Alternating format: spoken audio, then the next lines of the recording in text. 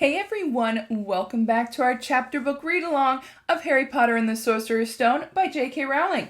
So, we have made it to chapter 12, but we better do a quick review. So, pause the video if you're watching this with somebody and talk about what we have read so far. Maybe some quick points on what you think is important. So, pause the video if you're watching with somebody. If not, here goes my quick review. Harry Potter is the boy who lived. He is a wizard who survived an evil dark wizard named Voldemort when he was just a baby. Sadly, his parents died and he had to go live with his aunt, uncle, and cousin, the Dursleys. They're muggles, which are non-magic folk and not very nice people. They kept him in a cupboard under the stairs and just weren't nice. But Harry found out on his 11th birthday that he is a wizard. His friend Hagrid went with him to Diagon Alley and Gringotts Wizard Bank, and they got all of his things for Hogwarts School of Witchcraft and Wizardry. He rode on the Hogwarts Express, met some friends, Ron Weasley, Hermione Granger, Neville Longbottom, and some enemies, Draco Malfoy and Crabbe and Goyle, and got sorted into Gryffindor House, the red one with the lion. There, he joined the Quidditch team and met all of his professors. Now, some important points about the story. Harry, Ron, and Hermione, and Neville accidentally ran into the third floor corridor, which is currently forbidden. And they saw a 3-headed dog. Now, that dog is guarding something, and they want to know what.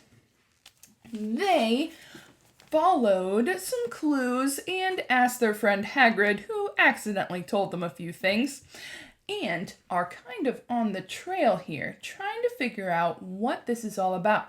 On Halloween, someone let in a troll, and they noticed that Professor Snape attempted to get back past this 3-headed dog.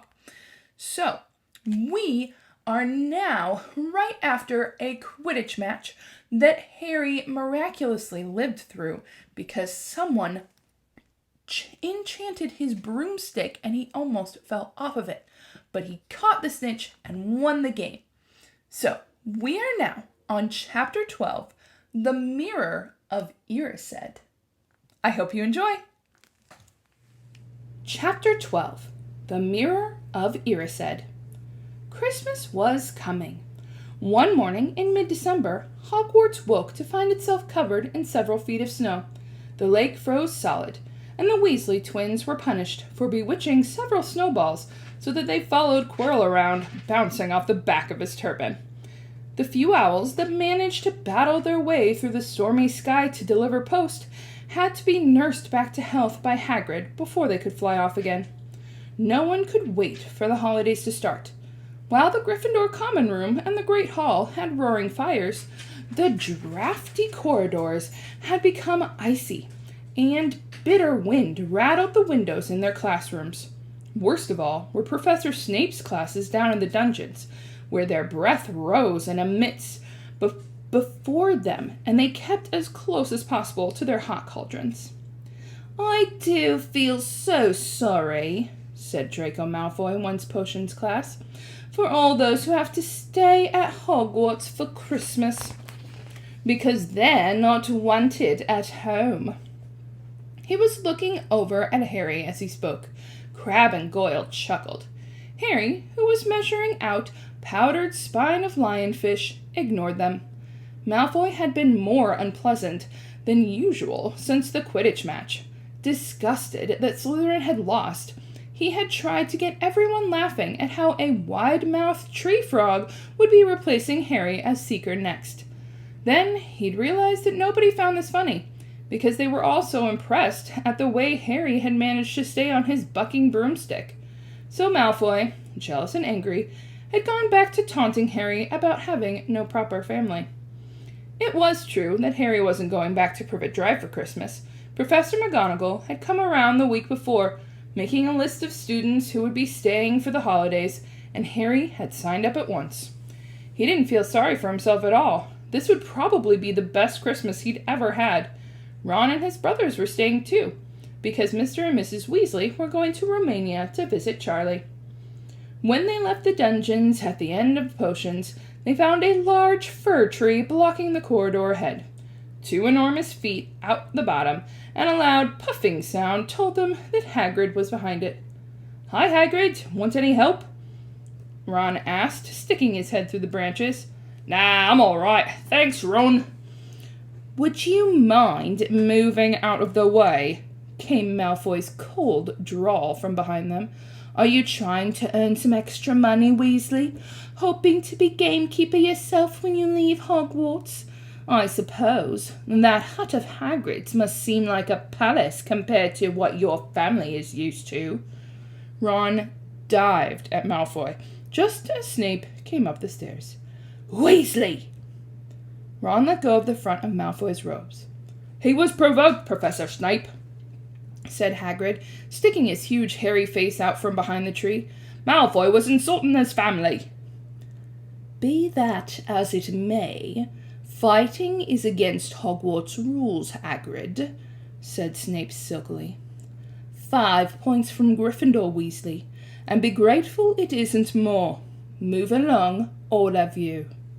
Malfoy, Crabbe, and Goyle pushed roughly past the 3, scattering needles everywhere and smirking. "Oh, get him," said Ron, grinding his teeth at Malfoy's back. "One of these days, I'll get him." "I hate them both," said Harry. "Malfoy and Snape." "Come on, cheer up. It's nearly Christmas," said Hagrid. "Tell you what, come with me and see the Great Hall. Looks a treat." So Harry, Ron, and Hermione followed Hagrid and his tree off to the Great Hall, where Professor McGonagall and Professor Flitwick were busy with the Christmas decorations. "Ah, Hagrid, that ash tree. Put it in the far corner, would you?" The hall looked spectacular. Festoons of holly and mistletoe hung all around the walls, with no fewer than 12 towering Christmas trees stood around the room, some sparkling with tiny icicles, some glittering with hundreds of candles. "How many days you got left till your holidays?" Hagrid asked. "Just one," said Hermione. "And that reminds me, Harry, Ron, we've got half an hour before lunch. We should be in the library." "Oh yeah, you're right," said Ron, tearing his eyes away from Professor Flitwick, who had golden bubbles blossoming out of his wand and was trailing them over branches of a new tree. "The library?" said Hagrid, following them all out of the great hall. "Just before the holidays? Bit keen, aren't you?" "Oh, we're not working," Harry told him brightly. "Ever since you mentioned Nicholas Flamel, we've been trying to find out who he is." "You what?" Hagrid looked shocked. "Listen here, I told you. Drop it. It's nothing to you, and that dog's a garden." "We just want to know who Nicholas Flamel is. That's all," said Hermione. "Unless you'd like to tell us and save us the trouble?" Damn. Back.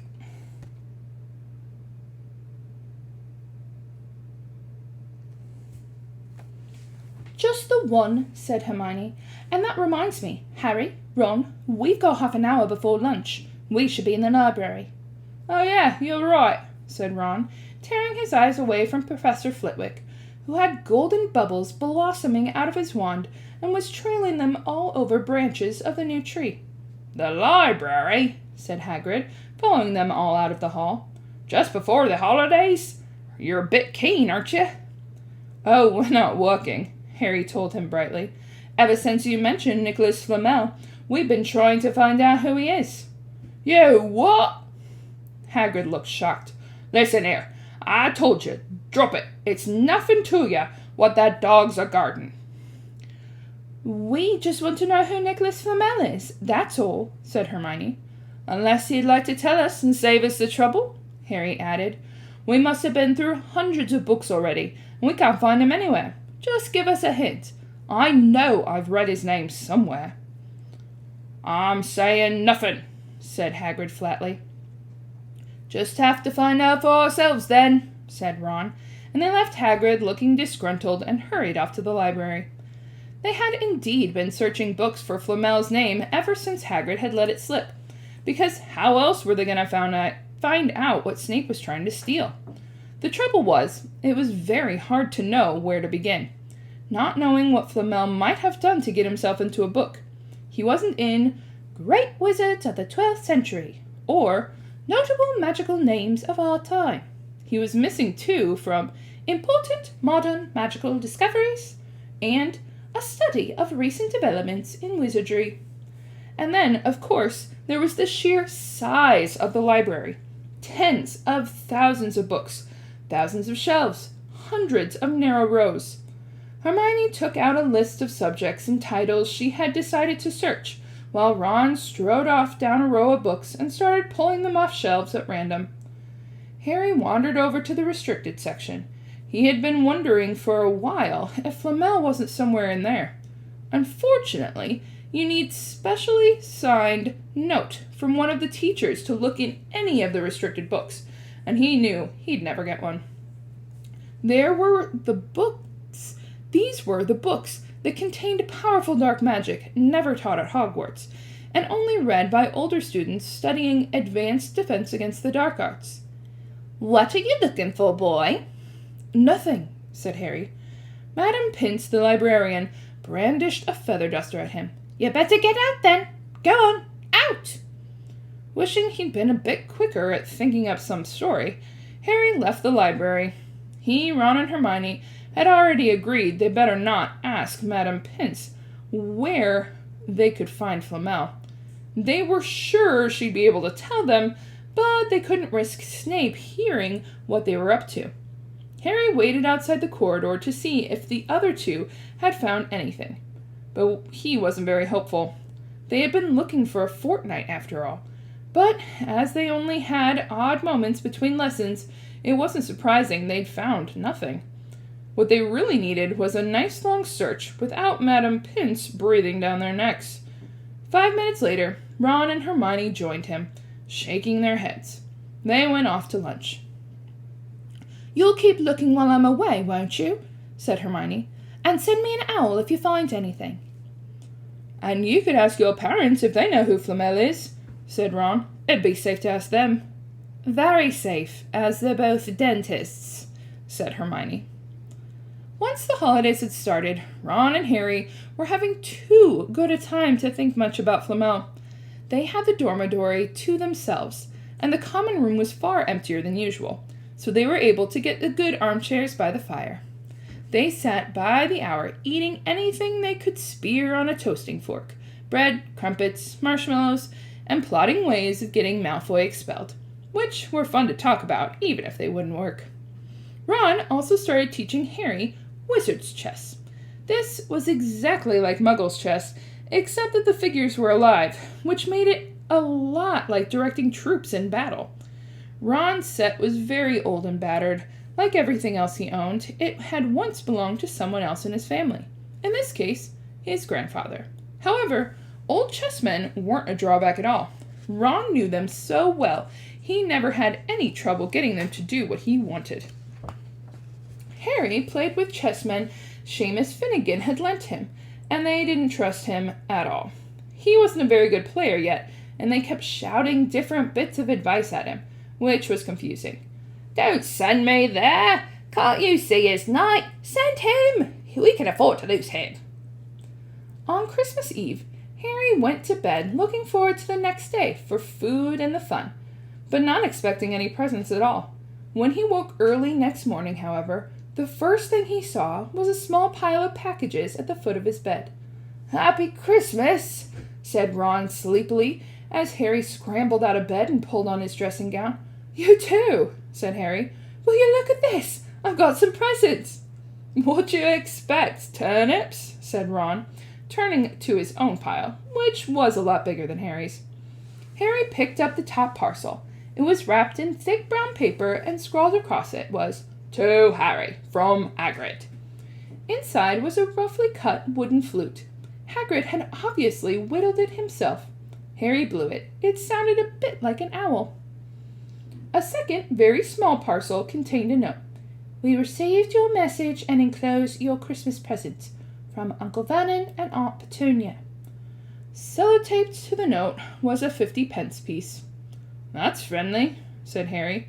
Ron was fascinated by the 50 pence. Weird, he said. What a shape. This is money? You can keep it, said Harry, laughing at how pleased Ron was. Hagrid and my aunt and uncle. So who sent these? I think I know who that one's from, said Ron, going a bit pink and pointing to a very lumpy parcel. My mum. I told her you didn't expect any present, and no, he groaned. She made you a Weasley jumper. Harry had torn open the parcel to find a thick, hand-knitted sweater, an emerald green, and a large box of homemade fudge. Every year she makes us a jumper, said Ron, unwrapping his own, and mine's always maroon. That's really nice of her, said Harry, trying the fudge, which was very tasty. His next present also contained sweets, a large box of chocolate frogs from Hermione. This only left one parcel. Harry picked it up and felt it. It was very light. He unwrapped it. Something fluid and silvery gray went slithering to the floor, where it lay in gleaming folds. Ron gasped. I've heard of those, he said in a hushed voice, dropping the box of every flavor beans he'd gotten from Hermione. If that's what I think it is, they're really rare and really valuable. What is it? Harry picked up the shining silvery cloth off the floor. It was strange to the touch, like water woven into material. It's an invisibility cloak, said Ron, a look of awe on his face. I'm sure it is. Try it on. Harry threw the cloak around his shoulders, and Ron gave a yell. It is! Look down!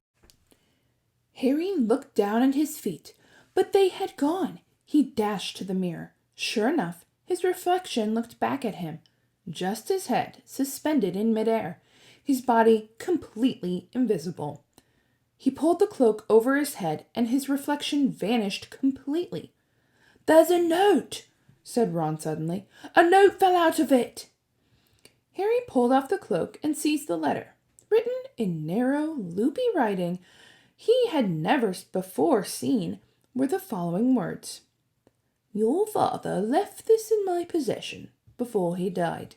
It is time it was returned to you. Use it well. A very Merry Christmas to you. There was no signature. Harry stared at the note. Ron was admiring the cloak. I'd give anything for one of those, he said. Anything. What's the matter? Nothing, said Harry. He felt very strange. Who had sent the cloak? Had it really once belonged to his father? Before he could say or think anything else, the dormitory door was flung open, and Fred and George Weasley bounded in. Harry stuffed the cloak quickly out of sight. He didn't feel like sharing it with anyone else yet. Merry Christmas! Hi, look! Harry's got a Weasley jumper too! Fred and George were wearing blue jumpers, one with a large yellow F on it, the other with a large yellow G. Harry's is better than ours, though, said Fred, holding up Harry's jumper. She obviously makes more of an effort, if you're not family. Why aren't you wearing yours, Ron? George demanded. Come on, get it on. They're lovely and warm. I hate maroon, Ron moaned half-heartedly as he pulled it over his head. You haven't got a letter on yours, George observed. I suppose she thinks you don't forget your name, but we're not stupid. We know we're called Gred and Forge. What is all this noise? Percy Weasley stuck his head through the door, looking disapproving. He had clearly come halfway through unwrapping his presents, as he too carried a lumpy jumper over his arm, which Fred seized. Pay for prefect! Come on, Percy, come on! We're all wearing ours, even Harry's got one. I don't want, said Percy thickly, as the twins forced the jumper over his head, knocking his glasses askew. "And you're not sitting with the prefects today, either," said George. "Christmas is a time for family." They frog-marched Percy from the room, his arms pinned to his sides by his jumper. Harry had never, in all his life, had such a Christmas dinner. 100 fat roast turkeys, mountains of roast and boiled potatoes, platters of fat chipolatas, tureens of buttered peas, silver boats of thick, rich gravy and cranberry sauce, and stacks of wizard crackers every few feet along the table. These fantastic crackers were nothing like the feeble muggle ones the Dursleys usually brought, with their little plastic toys and their flimsy paper hats. Harry pulled a wizard cracker with Fred, and it didn't just bang. It went off with a blast like a cannon and engulfed them in a cloud of blue smoke, while from the inside exploded a rear admiral's hat and several live white mice. Up on the high table, Dumbledore had swapped his pointed wizard's hat for a flowered bonnet and was chuckling merrily at a joke Professor Flitwick had just read him. Flaming Christmas puddings followed the turkey. Percy nearly broke his teeth on a silver sickle embedded in his slice. Harry watched Hagrid getting redder and redder in the face as he called for more and more wine, finally kissing Professor McGonagall on the cheek, who, to Harry's amazement, giggled and blushed, her top hat lopsided. When Harry finally left the table, he was laden down with a stack of things out of the crackers, including a pack of non-explodable luminous balloons, a grow-your-own-warts kit, and his own new wizard chess set. The white mice had disappeared, and Harry had a nasty feeling they were going to end up as Mrs. Norris's Christmas dinner. Harry and the Weasleys spent a happy afternoon, having a furious snowball fight in the grounds. Then, cold, wet, and gasping for breath, they returned to the fire in the Gryffindor common room, where Harry broke in his new chess set by losing spectacularly to Ron. He suspected he wouldn't have lost so badly if Percy hadn't tried to help him so much. After a tea of turkey sandwiches, crumpets, trifle, and Christmas cake, everyone felt too full and sleepy to do much before bed, except sit and watch Percy chase Fred and George all over the Gryffindor Tower because they had stolen his prefect badge.